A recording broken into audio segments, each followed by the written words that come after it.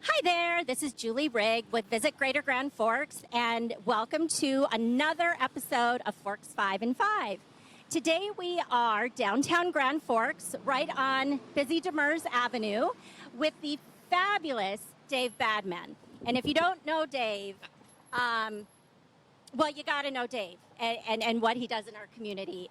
He is an incredible artist and has his studio here right in downtown Grand Forks. Hi, Dave. How are you today? Good. Thank you for joining us. It's beautiful today. And we'll talk about why we're sitting here in just a couple of minutes. But first, I'd like to talk to you about your studio.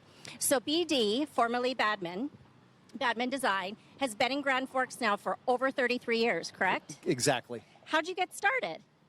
Well, I'm not a local kid. My parents moved here in the 70s from England.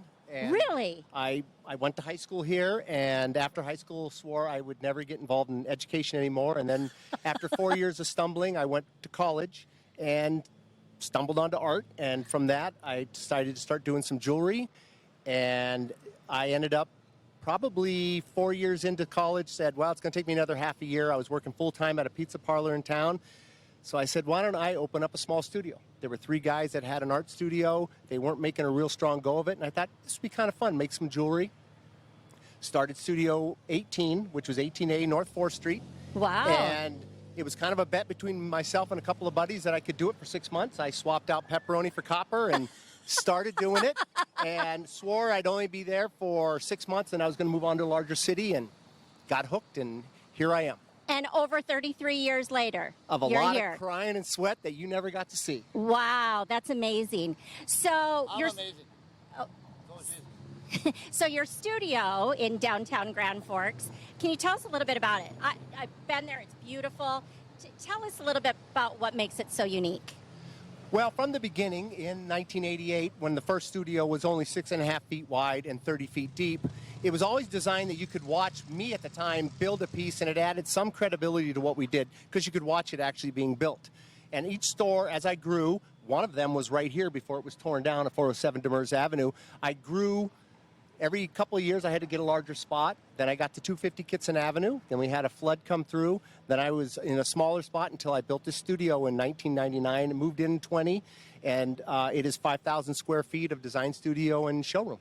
Wow, and it's just beautiful. It's me. I'm very comfortable going to work every day because I designed it, and I know what's going on. Gosh, we should all be so lucky. Oof. So we are standing here in front of one of the many beautiful light pillars that you designed and constructed for downtown Grand Forks. Can you tell us a little bit about how these represent our community? And I understand each one is a little unique from the other. Absolutely. The city decided after they spent all the money on such a road like this, they needed a vertical item. Mm-hmm. So they ended up wanting to get these light pillars put in. And when the city came to me and asked me if I would want to be involved, I said, absolutely, pick me. And they said, well, they have to go through a process. Ended up with 9 people applying, narrowing it down to 5 where we had to give a presentation. And luck of the draw, they picked mine, partially because being down here the whole time, I wanted to incorporate downtown into this piece, including the undulating river. Each one of these is cut differently, so the river, as it's always changing, these lights are always different. The blue line where my elbow is kind of the mark of the flood of 97. Sure. It undulated throughout different parts of downtown, but this was kind of the height of it. Okay. So that's the idea behind the pillar lamp. Wow. And the construction of them was a very large project. Can you tell us a little bit about that?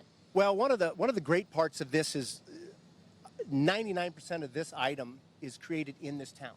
From the powder coating, from the stainless steel being plasma cut, to my employees building it, to the electricians that work on it, and to the lighting studio in town that created all the lights for the inside of it. So it is an investment in the community. The money came to me, but it ran out through its tentacles to all the other smaller businesses. Not smaller, sorry.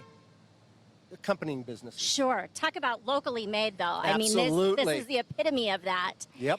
So if people want to check out more information about your art, your studio, the pillars, where can they find that? Well, that's 18 South 3rd Street. 18 South 3rd Street. And it is across from what used to be Wells Fargo Bank years ago, and next to Ellie's Ivy. And it's actually a fun studio because not only is there a lot of work in the front that people don't anticipate seeing, but there is a full work area where you can actually wander through and watch some of the people working on things. Wonderful. And it's safe. It's safe. So you get to see it at a safe distance. Yep. Well, thank you so much for joining us. Absolutely. We're just so grateful for what you've done for our community and the art that you bring to our community. So thank you very much. Absolutely. Thank you. Thank you for joining us. Remember to find your fun in the Forks at grandforksevents.com.